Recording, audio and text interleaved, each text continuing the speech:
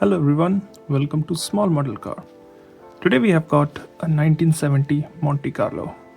This casting is by Hotwheels, part of their Silver Series, and is from the Fast and Furious Tokyo Drift set. I think they're celebrating 25 years of Fast and Furious. If you don't know, Silver Series is slotted between mainline and premium, so you do get some better details compared to mainline, say better wheels, detailed headlamps, but you do miss out on details like rubber tires and premium paint and metal base, which you see on the premium ones. So let's open this one up and see how does it look.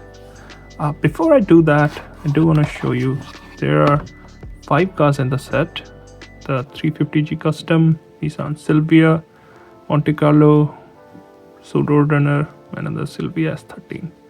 So if you are a fan of Tokyo Drift, you might want to go and get all these. I didn't find any other one, so I just got this one. Let's open it up and see how does it look.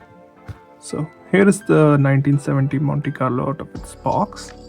It's not a new casting.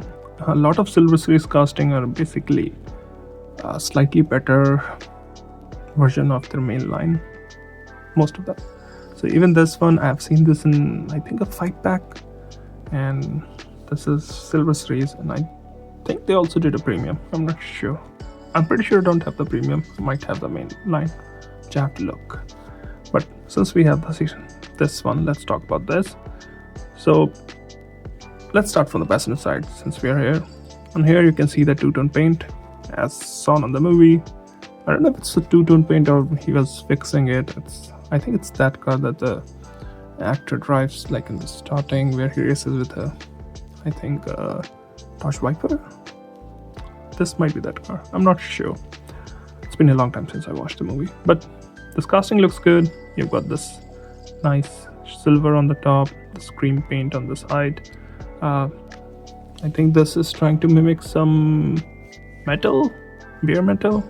Not sure. Wheels look good. They're different size. They're all black, which I think was the same way in the movie. They do look good. Coming to the front, you've got chrome bumper. You've got the painted headlamps or deco. Same goes with the hood. Again, the silver gray finish on the hood. So they're trying to mimic the same paint as you saw in the movie. Chrome bumper, chrome base. Coming to the driver's side, looks almost identical. I don't see any difference. In the rear, I don't see any detail or painted tail lamps. Chrome bumper again.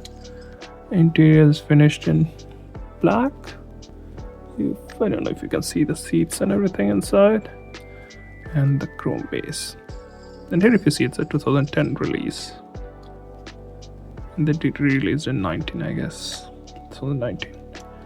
So overall, well, by far not the best in the Silver Series. I've seen like even the graphic remix set had some good wheels and good details. This one I think looks alright, but again, if you're a fan of Tokyo Drift, you might wanna have this one. Looks good, and if you can get all 5, well, I think the set will look really nice. But I do think they missed a chance where they could have done the Evo. I think in the Silver Series that would have made more sense. And the Mustang, which he drove in the last Tokyo Drift movie. But apart from that, this looks good. I think even the set will look good. Well, those are my thoughts. Thank you for watching. Have a good day.